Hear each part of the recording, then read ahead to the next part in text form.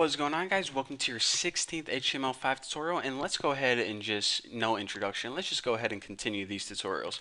So the very first thing I want to mention is we're going to be starting with this new div tag, and literally it's called new div tag. Now see this div tag? It has two things inside it. It has a section and it has pretty much a news article.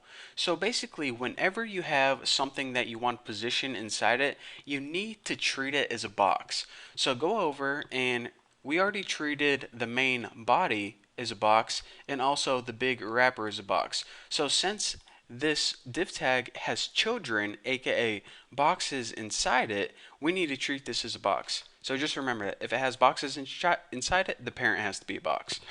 Simple enough. So let's just go ahead and say new div, and the very first property is that I'm just going to go ahead and copy one of these, display WebKit box. Because it has boxes inside it, the parent has to be a box. Remember that. One of your favorite quotes from Bucky Roberts. So the only thing I want to do after this is check it out. Right now, basically we're saying, okay, this box is going to contain all of this crap right here. However, unlike our website layout right now, we don't want these things to be positioned one under each other like they are right now. We don't want them to be positioned vertically. We want them to be positioned horizontally. I want one column for this stuff and another column for this little news article, basically like we laid out our website before. So in order to do that, we need to hit WebKit box orient in, I think that's how you spell horizontal. I guess I'll find out the hard way. And basically what I'm saying is, okay, now the children that are inside this box right here, they are going to be laid out side by side instead of one on top of each other. Simple enough. So now let's go ahead and take a look at what we have inside here. We have this section, which is pretty much the main section. So let me just go ahead and copy that so make sure I don't type it wrong. And the main section is this crap right here. So in Notepad, hop over to my CSS file and hit main section. And for main section, the very first thing I want to do is I want to just add a border. So border equals 1 pixel solid blue, and this will show you guys easily what's going on whenever we test out our website. And the other thing I want to do is I want to make this section flexible.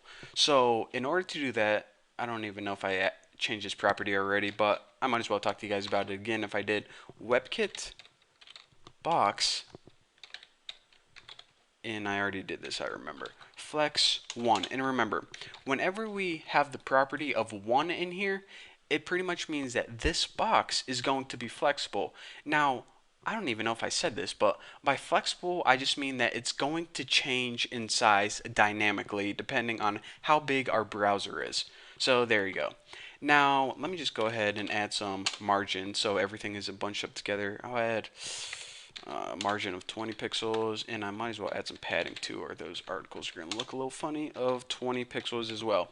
Now, the cool thing about this is even though we have an overall size of 1,000 pixels for our website, since this is flexible, we don't need to worry about a bunch of complicated math about what size this section is going to be, what size the other section is going to be, because it's going to fit dynamically. So that's another reason that I absolutely love this flexible box model compared to the traditional box model.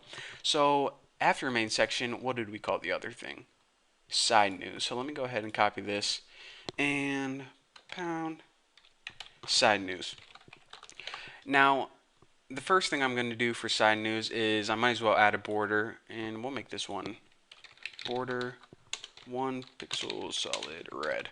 Now, this is just so you guys can visually see, but another thing I want to do after this is I don't want this one to be flexible as well, because this is a common technique, and you guys probably want to pay attention to what I'm going to say next. If we have two flexible things inside a box, then it's not going to know how big to make one and how small to make the other.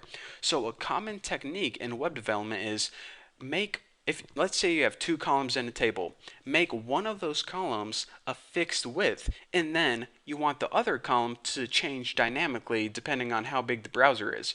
So if your browser is 200 pixels wide and one column is 100 pixels, then the other column is going to be 100 pixels. However, if your browser is 500 pixels wide and that column is 100, then that other one is going to grow to 400 pixels. So column 1 is going to grow and shrink, but column 2 is going to stay the same. And also, if you have ads on your website, you can't grow or shrink those. You need those to be a fixed size.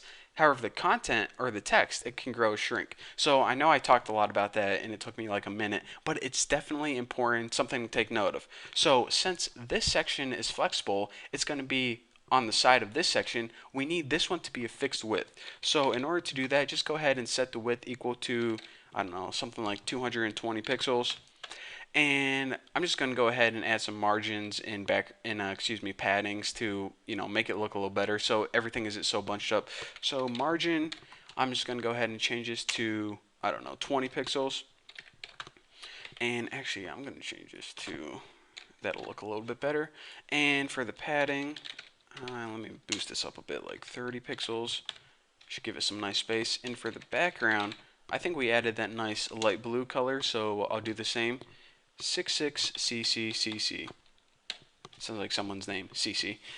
So after this, we might as well go ahead and take care of the footer right now. And I believe we called the footer. The footer.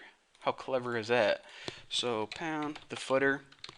Now for the footer, what we need to do is we don't need to clear anything first and foremost. Remember in the traditional box model, I cleared the footer, and that was because we had stuff floating left and right. Well, right now we don't have any float properties, so we don't need to use clear at all. Clear is only useful whenever you're floating stuff around your screen.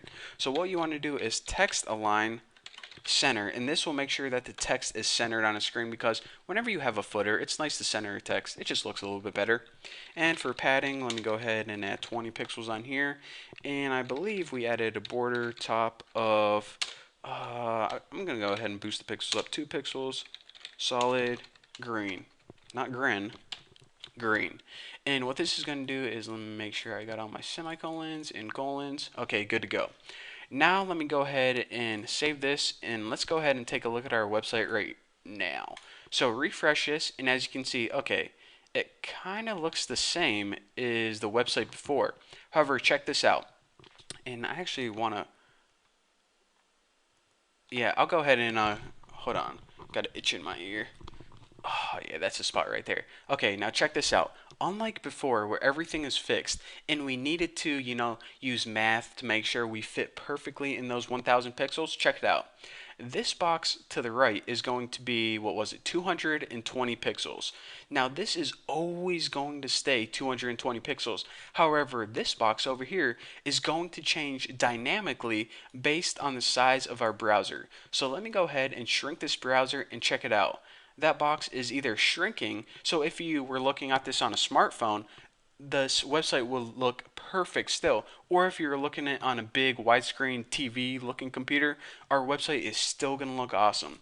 So that is the beauty of flexible box models, that you can pretty much grow or shrink your website depending on the size of the browser, and you don't need to use any weird CSS tricks, any programming, any math. It does it all for you automatically. And also, I don't know if you guys can see this border or not, but the border of this main header and also the navigation bar, these are changing as well. Now again, even though that they change dynamically, if you are looking at this on a monitor the size of like a pencil, it's going to look really weird whenever you squeeze everything real tight together. But no monitors are ever that small. So I just want to show you guys this, that the flexible box model pretty much puts your website in boxes that can either grow or shrink dynamically. Now again, I want to talk about this just for a little bit longer. A common and awesome technique is to keep one of these columns fixed and the other one dynamic. So then you can have stuff like ads in here, stuff that needs to be a set size, and the content that can change can either grow or shrink according to the display. So that is the technique. In the next couple tutorials, I'm going to show you guys some even more tricks and showing you guys how to make this website look even better. So thank you guys for watching. Don't forget to subscribe, and I'll see you guys in the next video.